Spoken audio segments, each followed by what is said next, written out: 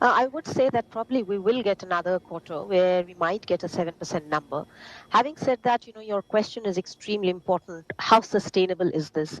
Getting couple of quarters above 7% driven by statistical factor, better agricultural produce, which looks even buoyed when we are looking at the headline number, just because last year was extremely bad. These might not sustain going forward. So yes, is there a possibility that we might get another 7% GDP number? Yes. But if we are looking at a 4 quarters average, our full year forecast for next year is, that is FY26, is at 6.6%. The numbers were much higher than what any one of us expected. But the drivers, if we just scan through the details, one, there was a massive impact of like a statistical buoyancy given by the net indirect taxes growth. And that number can keep on fluctuating depending on when the subsidy payment happens. Construction turned out to be much better, which we think remains a strong point, but not as strong as it was in the last quarter of fiscal year 25. So these factors would fade away, and then India, in our view, will come back towards the trend growth of 6.5%. Consumption still remains K-shaped. Private investment is not likely to come back anytime soon, and that makes 6.5% more likely than a 7% number. I understand. So what about for FY26, Anubhuti? Can we afford perhaps to nudge our forecasts for the next fiscal higher? We have actually nudged our forecast slightly higher. We were previously expecting 6.5%. We upgraded it only marginally to 6.6%. So it's primarily because the momentum was very strong in the March quarter, that some spillover in the June quarter is very likely. Having said that, as I highlighted, quarterly averages can be extremely volatile. Just to remind ourselves, in the September quarter, there was this whole pessimism about Indian economic growth outlook because the GDP number was less than 6%. And now there is a lot of optimism.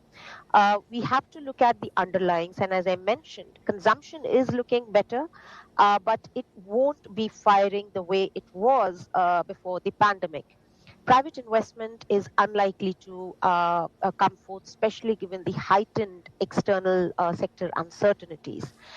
Public capex would continue, but the drivers of economy, whether we talk about rural demand, some counter-cyclical policy measures by the government and the RBI, and the public capex, these on its own will not be large enough to offset the external sector uncertainty. So 6.6, marginal upgrade, but we are not going back to 7% on a sustainable basis, which was your first question.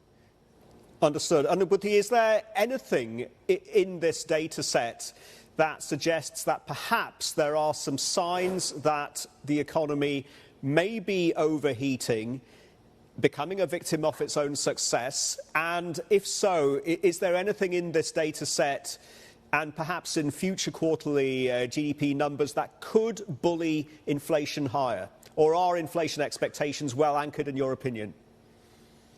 I don't think, like a 1 quarter number of above 7% should raise any concerns about overheating. The economy is definitely not overheating, even though, a number just surprised us on the upside.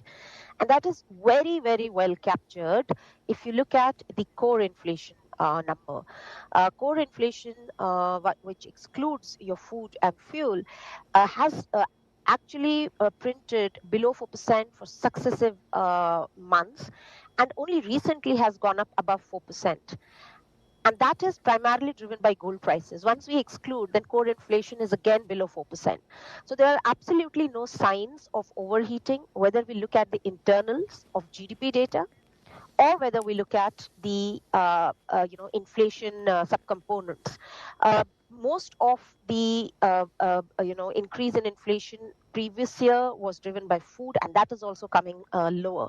And inflation expectations are also very well anchored. That was one of the most important reasons why higher food prices since December 2019 never spilled into higher core inflation.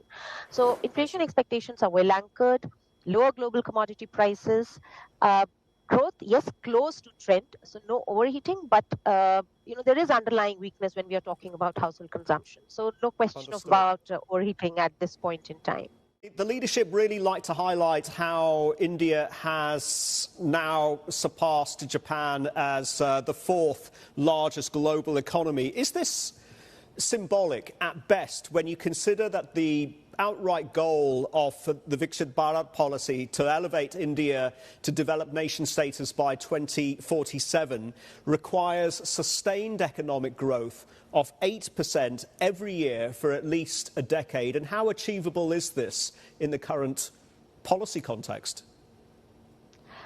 Sure. So, the first thing is that India has actually not overtaken Japan in terms of nominal GDP size, and it's primarily because yen has appreciated at a much faster pace than Indian rupee. So there is always this exchange rate element which we need to take into account.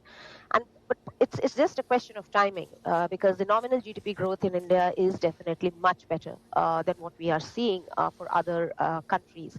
And by end of this decade, our view is that India will turn into the third largest economy.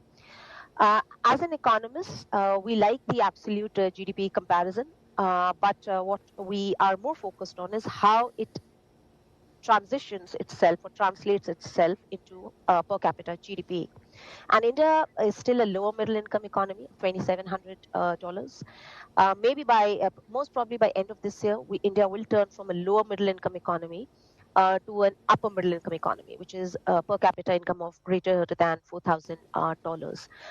So it's good, and it's definitely a milestone which needs to be celebrated because at the start of this century, in 2000, India was not even in the top 10 in terms of absolute size. So there is a very, very credible journey which India has made. Having said that, to achieve 8% GDP growth on a sustained basis, which is needed to deliver on Viksit Bharat, India will have to undergo a lot of structural reforms. A lot has been done over the last decade in terms of infra spending. Digital revolution is a big catalyst in terms of efficiency improvement.